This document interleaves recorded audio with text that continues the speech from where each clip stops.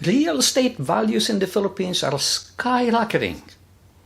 Wow, that is the word that I heard.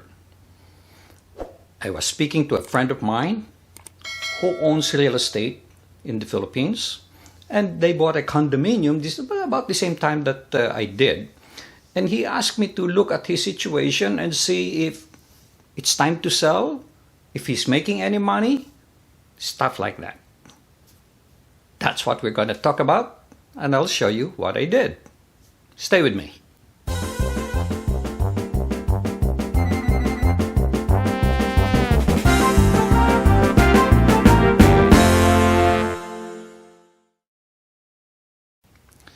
Some time ago, I posted a video that says, hey, real estate values in the Philippines are not necessarily attractive. And they could be attractive. It would fit in some situation beneficial to you, and in some situation not beneficial to you. It depends on many factors. You need what you need it for. Do you need it for you to stay in it? For you to invest your money in it? What is the inflation rate? What is the exchange rate differential? What is the economic condition in the Philippines? It depends on so many factors. So this is just one factor, but based on real numbers. Let's take a look and see what I came up with.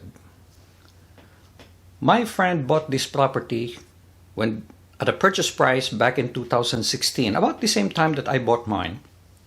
And he paid $6,893,000 for this condominium in the Philippines. Then I heard that, hey, real estate values are going up 40%. He heard the same thing. So I contacted my real estate agent to look at comparables to see what a comparable condominium would sell today. And she came back to me with the current value, 2022, at $12,500,000. That's an appreciation of 81%. Appreciation per year, compounded yearly, okay? Appreciation per year is 10%. Wow, that's very attractive, very attractive. But many people, that's where they stop. You should not stop at these numbers. You have to do some additional calculations. For example, that property is worth $12,500,000 today. But he spent 450,000 pesos in improvements and fixtures. So he spent 6,893,000. That's bare bone. Yeah, it has painted walls and such and tiled floor and such. But you have to do some electrical wiring to suit your needs. You have to buy air conditioners. You have to furnish it with refrigerator, washer, dryer, maybe bathroom heaters, and stuff like that. And for that, he spent $450,000. Now, these are real numbers now, okay? Now, when you sell this property, you have to deduct your selling expense. What are they? Commission you paid to the agent, capital gains tax, and other small stuff. The biggest amount, of course, is the real estate commission. What is your net proceeds? $10,170,000. So you can see your $12,500,000 eroded to $10,170,000 after all selling expenses. Your purchase price of $6,893,000, you will yield a net gain of $3,277,000. That's still a hefty appreciation of about 6.7% per year. Okay, that's per year appreciation. Now, the problem is this.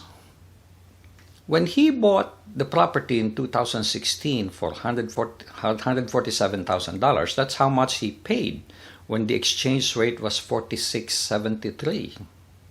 For Filipinos, of course, you will not worry about this. You will just be worried about how much you're making. But for Americans or U.S. citizens or U.S. residents who plan to eventually sell the property and bring it back to the U.S., That was the exchange rate at the time he paid 6,893,000. But today, he has a net proceeds of 10,170,000. What is that equivalent to in US dollars at today's market rate of 59 to 1? It's 172,400.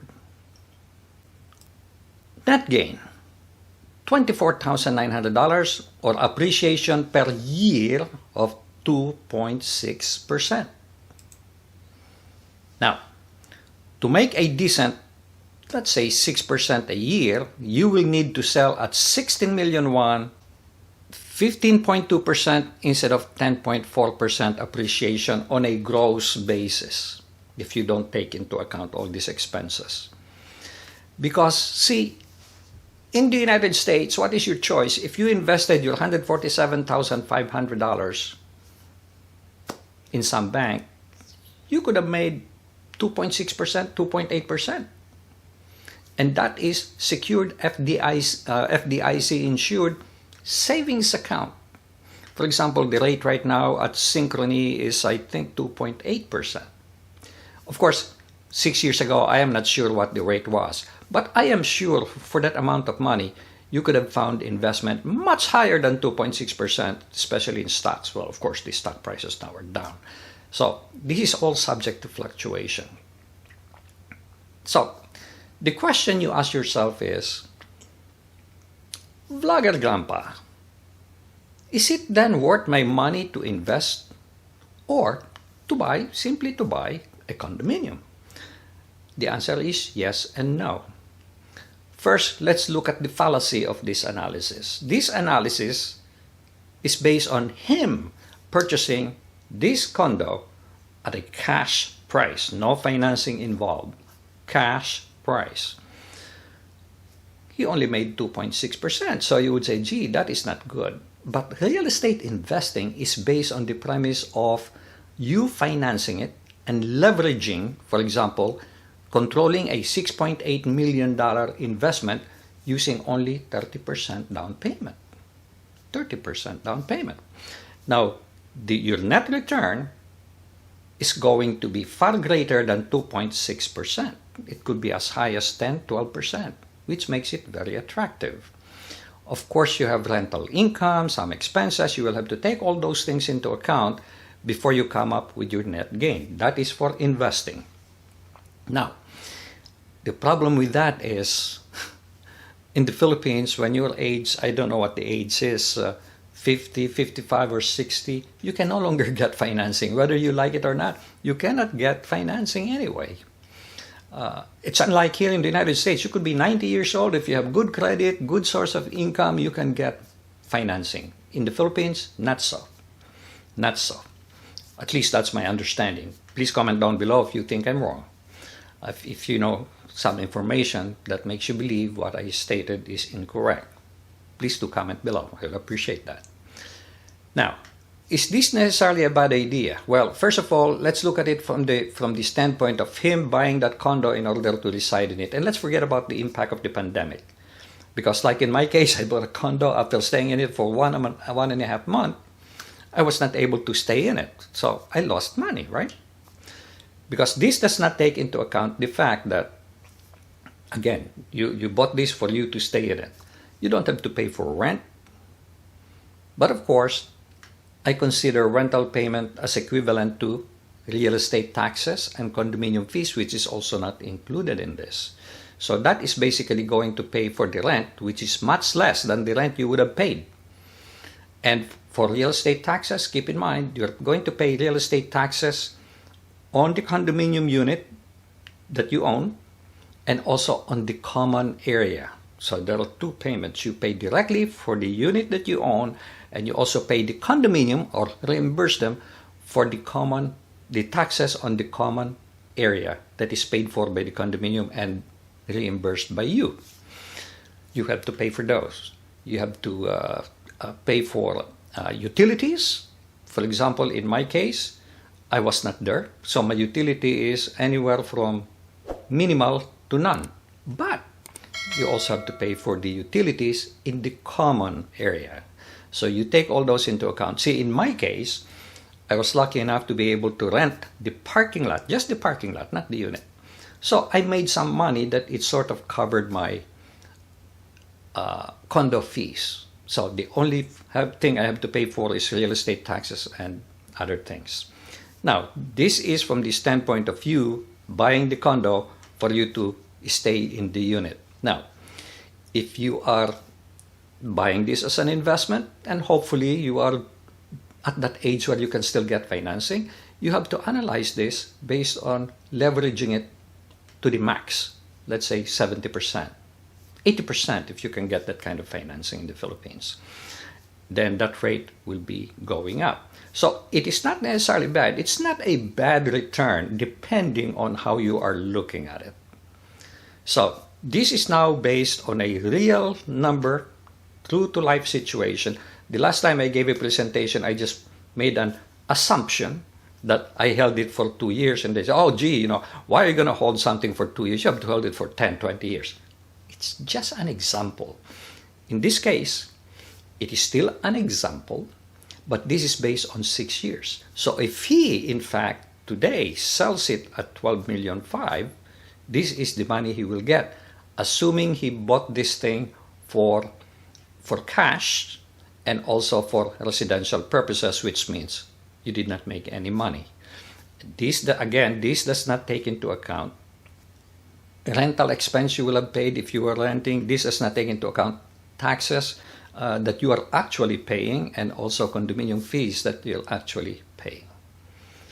So this is a true-to-life picture of the amount of money you would have made if you stayed in the Philippines. But the problem is, the impression is they always look at this 10.4% and say, wow, that's great, and they forget about the other things. You have to continue analyzing down below here and see where you are, especially this exchange rate. You may analyze it down here and say, oh gee, I still made 6.7%. But don't forget this step. Okay, you have to take this step and you will realize that you only made 2.6%. Not at all bad. Like what I said, not at all bad.